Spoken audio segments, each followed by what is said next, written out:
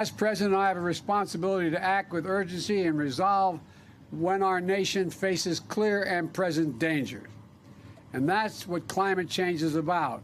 It is literally, not figuratively, a clear and present danger. The health of our citizens and our communities is literally at stake.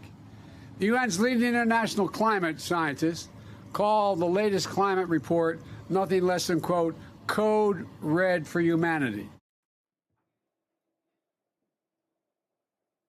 That was President Biden earlier this week, announcing new executive actions to combat climate change, including new funds to help communities withstand extreme weather and proposals for new wind farms in the Gulf of Mexico. His speech came nearly a week after Senator Joe Manchin announced he would only support the drug price portion of the president's pared-down Build Back Better plan. The latest proposal contained new taxes on the wealthy and large corporations, and yes, the largest climate investment in United States history. It included $300 billion in tax incentives for clean energy. That was down from the $555 billion that was in the original plan. But Joe Manchin, with his deep ties to the coal industry, still said no dice. As of right now, the United States is not doing nearly enough to combat the climate crisis. At our current pace, we will fall well short of the president's goal to cut emissions in half by 2030. And if the last few weeks have shown us anything, it's that climate change isn't a future problem, it's a right now problem. 100 million Americans, nearly a third of the country, are under a heat warning or advisory. These temperatures are pushing energy grids to the brink and worsening an already prolonged drought in the West that is causing key U.S. reservoirs to hit historic lows, like Lake Mead, which provides water to some 40 million Americans. Europe is also facing its own apocalyptic heat wave, which has smashed records, killed thousands, and caused wildfires even in cities like London. The fire department there has been the busiest it's been since World War II. These are just some of the latest alarm bells telling us that the crisis is here. The question remaining is, how bad will our elected leaders let things get before they finally take real action? Joining me now is David Wallace Wells. He's a columnist for the New York Times and New York Times Magazine and the author of The Uninhabitable Earth, Life After Warming. David, thank you for being here. In 2017, you said, "It is, I promise, worse than you think." And you were highly criticized back then for being too doom and gloom for that outlook. But you talked about how we could potentially avoid, and this number was staggering to me, David, 150 million premature deaths, which is the equivalent to 25 Holocausts, by the end of the century from air pollution if we limit average global warming to 1.5 degrees or hold warming at 2 degrees. David, we're in 2022 now, 5 years later. How much worse off are we now? Well, we've kept making the future look darker than it needed to be. We've continued to add carbon to the atmosphere. In fact, we've been adding it to the atmosphere at record levels, which means we're doing more damage now in 2022 than we've ever done in the history of humanity to the future of the planet. So in that sense, things are getting considerably worse.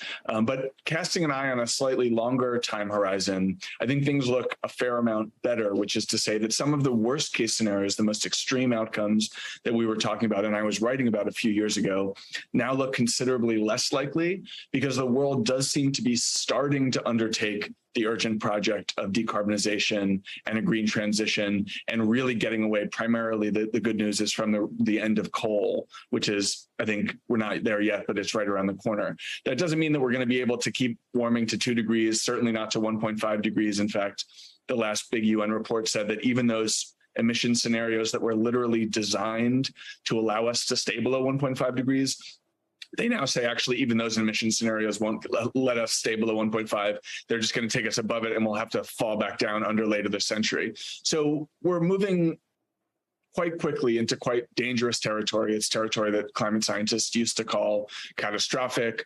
and island nations of the world have called genocide. But the truly worst case apocalyptic futures that we had a reason to fear a few years ago are at the same time, I think, looking a little bit less likely. And what that means is that we need to figure out how to live in this new world of climate extremes, like the ones that we're seeing across Europe and across South Asia and China and the US, where in all of those places over the last few months, there have been really intense off the charts heat waves. In the case of South Asia and China, just those two, India and China, those two countries, almost 3 billion people were experiencing temperatures that they hadn't in decades, in which we would consider completely unlivable, although in some parts of the world they're relatively more used to them. So that future is here, and how much worse it gets from here is up to us collectively. We're not making meaningful progress yet, but I think in the long term it seems likelier that we will do that than just a few years ago. Well, David, let's talk about that progress and how we get there. I don't want to traffic in just fear. I want to let's traffic in reality. Let's talk about solutions. What did the most recent version of the climate legislation that Joe Manchin, because you mentioned coal, and that's a very obvious connection there, Joe Manchin nixed this recent spate of climate legislation. What would it have actually accomplished? Do you think it would have helped us make a dent in getting us to where we want to be? The most recent compromise legislation that was being considered, I think, was relatively small compared to President Biden's agenda and compared to what the U.S.'s real responsibility is here, since the U.S. is not just the world's second biggest emitter and biggest economy, but it's by far the world's biggest historical emitter, which means that we've put more of the carbon that's in the atmosphere today up there than any other country in the world. In fact, so much more that almost no matter what happens this century, we're never going to be surpassed. We will always be the most guilty player at a national level here. And that means we have a responsibility to move as fast as we possibly can. Unfortunately, we're moving considerably slower than that. The original Build Back Better plan that was proposed by Biden and put forward by, passed through the House was estimated to get us pretty close to his target of cutting emissions in half by 2030. I think it would get us about 90% of those gains. It wouldn't have gotten us all the way there, but it would have made the lion's share of that possible. Each successive compromise off of that has made that progress, the possibility of that progress, much smaller. And the last one, I think we're talking about a relatively marginal amount of progress. And yet, even so, it's deeply dispiriting to see the possibility of that bill fade away. And watching around the world, it just makes the U.S., even more of a climate hypocrite in the eyes of everyone else elsewhere trying to move fast. We really have no excuses or no defense for doing as little as we're doing. And, with the combined blows of the failure of the legislation and the West Virginia EPA decision by the Supreme Court, it really seems quite clear that we're not going to be doing anything major on this anytime soon. We can make progress here and there in the private sector too. And it should be noted that when Obama was proposing cap and trade in 2009, 2010, they estimated where we would be a decade on if that legislation were passed into law. It was not, and yet we actually reduced emissions by more than they said we were going to. But if we take seriously the idea that at the moment, this challenge is too big to deal with just on the margins and just through individual action and corporate action, which I think all scientists of the world would tell you is absolutely true. It's really unfortunate, depressing, and distressing that the U.S., which should play such a leadership role here, is doing so little and essentially promising they're not going to do anything more for the next few years at least. David, it's not particularly optimistic, but I do note that you began this segment by explaining that perhaps we're not as far along in terms of as poorly along as we could be. But there's something that you said that I wanted to wrap our segment with, which is the following. You said none of us, no matter where we live, will be able to escape the consequences of this. No one will avoid the ravages of warming, and the reality of this will be impossible to ignore in the coming decades.